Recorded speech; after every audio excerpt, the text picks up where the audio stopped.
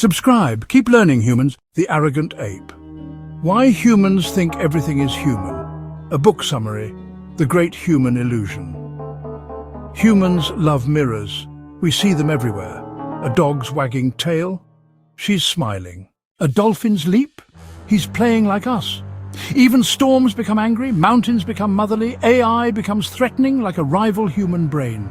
This is anthropocentrism, the belief that humans are the center, the standard, the measure of all things. It is the myth of human exceptionalism, that the world makes sense only when it looks like us. But here's the uncomfortable truth. This belief has distorted science, justified exploitation, and blinded us to realities that don't fit our reflection. Our arrogance makes us exaggerate our intelligence, deny animal minds, and assume the universe revolves around human concerns. Chapter 1. The Arrogant Ape. Christine Webb's. The Arrogant Ape argues that human exceptionalism is less a fact and more a cultural myth. We imagine ourselves as kings of the animal kingdom, yet biologically we're not much different from chimpanzees or crows. Our arrogance makes us exaggerate our intelligence, deny animal minds, and assume the universe revolves around human concerns. What it means? Our self-worship blinds us. We measure everything by human scales, and what doesn't match gets dismissed as irrelevant, stupid, or soulless. Example, paraphrased. We marvel at our skyscrapers, but termites have built towering mounds for millennia. We marvel at our language, yet whales sing across oceans. Our arrogance is not proof of greatness, it is proof of blindness. Example, paraphrased. We marvel at our skyscrapers, but termites have built towering mounds for millennia. We marvel at our language, yet whales sing across oceans. Our arrogance is not proof of greatness, it is proof of blindness. Chapter 2. Expanding the Moral Circle. Jeff Sebo's The Moral Circle asks, who counts morally? For centuries, the circle included only humans. Even then, not all humans, women, slaves, outsiders, were often excluded. Now, slowly, the circle has widened. We extend empathy to pets, sometimes to wildlife, occasionally to AI chatbots that sound like us. But our standard remains human likeness. What it means, we care about dolphins because they seem intelligent like us. We protect dogs because they show loyalty like us. Meanwhile, insects, ecosystems and bacteria, which don't resemble us, are ignored. Example, we defend the whale because it sings, but the oyster, silent and still, gets no defense. What if the measure of worth isn't likeness to us, but life itself? Chapter 3. The Edge of Sentience.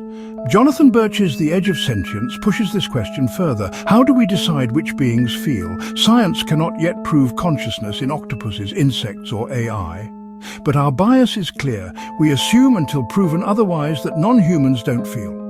What it means? Our default skepticism protects human supremacy. If a pig feels pain, that threatens bacon. If an AI feels loneliness, that threatens our control. So we cling to doubt, keeping the circle small. Example, we don't wait for certainty when it comes to humans. If a baby cries, we assume pain. But if a chicken screams, we debate philosophy. Chapter 4. Animals as humans, animals as objects. Anthropomorphism cuts both ways. Sometimes we humanize animals, dressing them in costumes, imagining them in fairy tales, making Disney lions cry human tears. Other times we strip them of any personhood, calling them livestock, game, resources. What it means? We project humanity onto animals when it entertains us, but erase it when it inconveniences us. Dogs become family. Pigs become pork. The double standard reveals how anthropocentrism masks exploitation. Example, a child kisses a dog's face, then eats a pig's flesh at dinner. Both animals are intelligent, only one is granted humanity. Chapter 5. Nature through human eyes. We don't just humanize animals, we humanize the earth itself. Storms are angry, the sun is generous, forests are enchanted. These metaphors make nature feel familiar, but they also distort reality. A hurricane doesn't hate us, the earth doesn't heal. By seeing nature as a character in our story, we ignore its autonomy.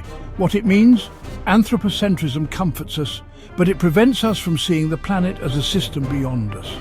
Example, the storm is not angry, it is physics. The river is not vengeful, it is gravity. But we keep casting the world in our play, blind to the fact it doesn't need us at all. Chapter 6. Machines in our image. Artificial intelligence shows our bias clearly. We panic when machines sound too human. We dismiss them when they don't. We design robots with faces, voices, smiles, because we can't imagine intelligence without our reflection. What it means, we risk misjudging both the danger and the potential of AI. Anthropocentrism blinds us to non-human forms of mind, whether silicon or biological. Example, a chatbot tells us it feels sad and we laugh at the trick. A dog whines and we assume sadness. In both cases, we are less interested in truth than in how much they mirror us. Chapter 7. Literature and culture as mirrors, books, films, myths, all steeped in anthropocentrism. Animals talk, planets feel, gods are human-shaped. Even aliens in sci-fi are humanoid with funny foreheads. What it means? Our culture reflects our inability to imagine non-human forms of being. We keep remaking the universe in our own image, shrinking possibility. Example, we fill libraries with stories of talking lions and loving robots, but we have no stories for the minds of mushrooms or the songs of coral. What we cannot imagine, we declare unimportant. Chapter 8. The dangers of human-centered thinking. Anthropocentrism is not harmless. It has consequences. Believing humans are the center has justified environmental destruction, animal cruelty, and technological arrogance. What it means? The climate crisis is fueled by the idea that the Earth is our stage, our resource, our possession. To survive, we must abandon the myth of exceptionalism. Example, we act as if the Earth is our home, but we are its tenants, not its owners, and the rent is long overdue. Chapter 9. Toward decentering the human.